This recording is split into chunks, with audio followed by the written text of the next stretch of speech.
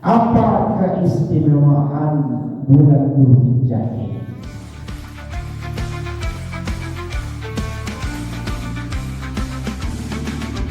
Wahai saudaraku, bangkitlah bersama. Rasio moral kita sinar murni cahaya. Padu dengan dakwah jalan yang mulia. Berjuanglah untuk bangsa dan agama. Apa keistimewaan bulan Dzulhijjah ini? Pertama, dia merupakan bulan haram. Ketika Allah menciptakan langit dan bumi, dan di antara 12 bulan itu ada minha arba'atul hurum, ada 4 bulan haram. Jadi Zulqa'dah, Dzulhijjah, Muharram dan Rajab. Itulah bulan-bulan haram. Maka setiap kebaikan itu akan dilipat gandakan ganjarannya. Setiap kebaikan, ya, wal amal salihu wal ajru a'zamu, akan bernilai besar di sisi Allah. Nah, maka hati-hati jangan maksiat, karena amal soleh itu terkadang nilainya itu berubah tergantung tempat waktu. Kalau orang misalnya melakukan maksiat di luar masjid, ringan. Di luar Mekah dan Madinah, ringan. Tapi kalau melakukan maksiat di masjid, apalagi di Haramain Mekah dan Madinah, nilainya besar. Sama halnya dengan melakukan kebaikan di masjid. Bahkan nanti di tanggal 9 Dzulhijjah, kalau perhitungan kita berdasarkan kalender saja, akan terjadi muktamar umat Islam tingkat dunia. Kita katakan muktamar Islam tingkat dunia karena semua umat Islam di tanggal tersebut berkumpul di satu tempat namanya Arafah. Dan di hari tersebut Allah Subhanahu wa Ta'ala paling banyak membebaskan hambanya dari api neraka. Kata Nabi, "Ma min yawmin akthara min ayyu'tiqallahu fihi 'abdan minan nar min yawmil 'arafah."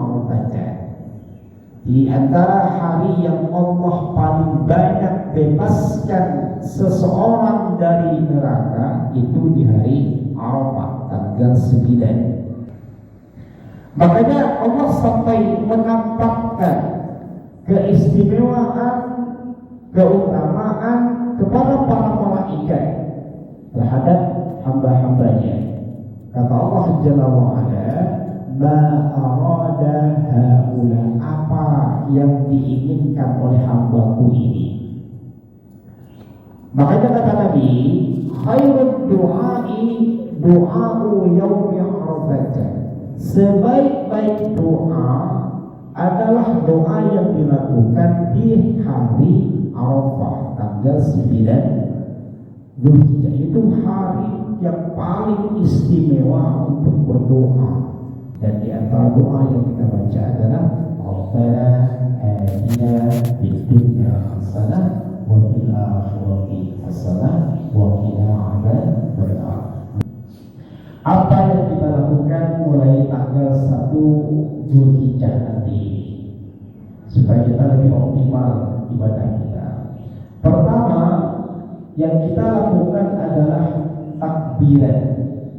Jadi mulai besok takbiran. Karena dalilnya banyak sekali.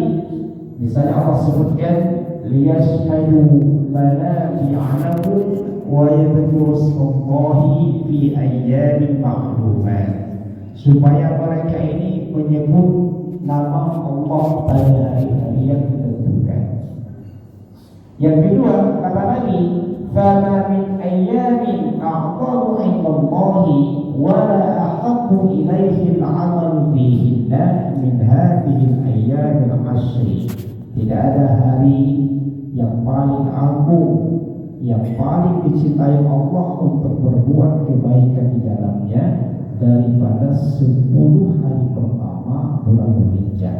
Fa'akfiru fihi minat tahlil, karenanya perbanyak oleh kalian tahlil, mengucapkan la ilaha illallah, bertakbir, bertahlil, mengucapkan alhamdulillah, sehingga berdasarkan ungkapan Nabi yang mulia ini, sahabat pada masa itu diantaranya Abdullah bin Umar radhiyallahu anhu, kemudian Abu Hurairah radhiyallahu anhu, di tanggal 1 ketika dia upaya belanja atau berbisnis atau bekerja ke pasar, dia dari rumah sudah bertakbir. Tanggal 1 bertakbir, sehingga orang-orang dengar, yang lain dengar juga bertakbir. Jadi pasar itu isinya adalah takbiran. Nah, ini yang terjadi pada masa Nabi SAW. Jadi sejak tanggal 1 besok itu kita bertakbir. Makanya para ulama membagi takbir ini ada 2. Ada namanya takbir mutlaq, yang kedua ada namanya takbir al-muqayyad, yaitu takbir yang dimulai sejak fajar hari Arafah. Ada sekitar 3 atau 4 jenis takbiran. Takbiran yang diajarkan Ibnu Mas'ud radhiyallahu anhu seperti yang sering kita baca, Allahu Akbar, Allahu Akbar 2 kali, La ilaha illallah, Allahu Akbar, Allahu Akbar, walillahil hamd. Nah, ini takbir yang diajarkan oleh Ibnu Mas'ud radhiyallahu anhu. Ini berdasarkan hadis riwayat Imam Abi Syaibah. Jadi 2 kali. Yang kedua adalah 3 kali takbir Allahu Akbar-nya. Cuma yang terakhirnya Allahu Akbar-nya 1 kali. Allahu Akbar, Allahu Akbar, Allahu Akbar, La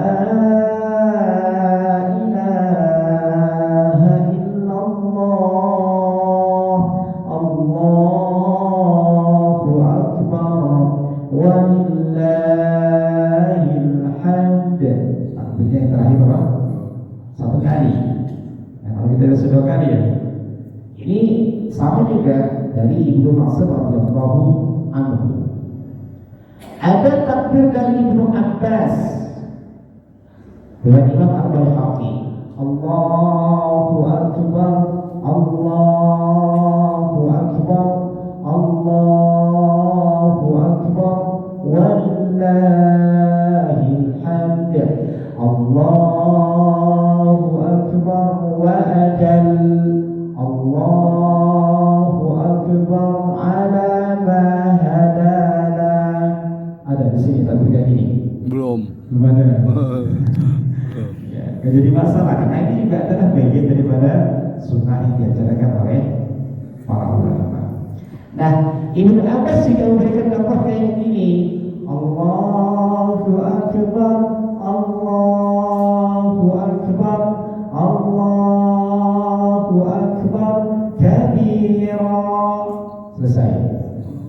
Nah, super lagi. Nah, ini sebenarnya takbir-takbiran yang kalau kita lihat nas yang ada di kitab-kitab para ulama.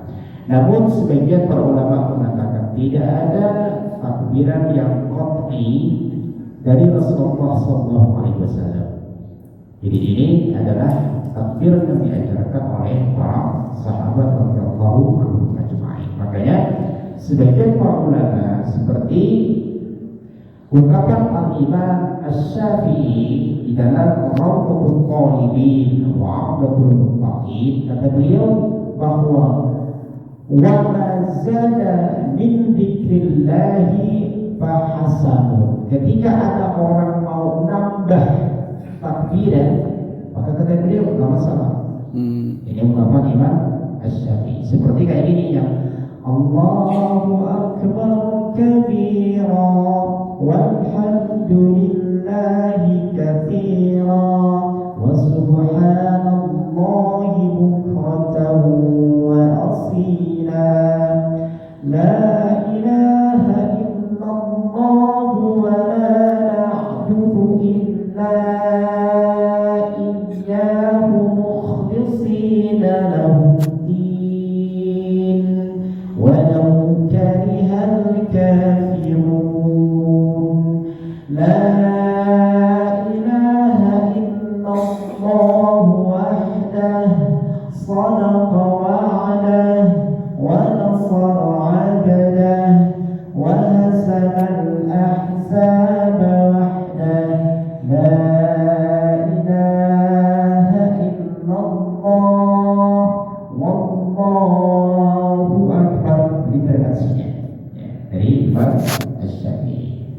Jadi saya mau mengucapkan ini wilayah ikhtilaf para ulama ya. Jadi kita tak usah terlalu membesar-besarkan perkara seperti ini. Kita hargai mereka yang memiliki pendapat yang lain dan selagi mereka punya hujah, punya dalil. Subhanallah, alhamdulillahirabbil alamin, subhanallahumma wa bihamdika asyhadu an la ilaha illa anta astaghfiruka wa atubu ilaik. Assalamualaikum warahmatullahi wabarakatuh. Waalaikumsalam warahmatullahi wabarakatuh. Silakan dari lanjut dengan sholat sunnah sunnah. Jadi saya mohon maaf. Wassalamualaikum warahmatullahi wabarakatuh. Juangan suci tiada pernah goyah, paduan suara membangkitkan semangat, lantunkan doamu dalam kalbu yang tak lelah. Bangunlah kesadaran dalam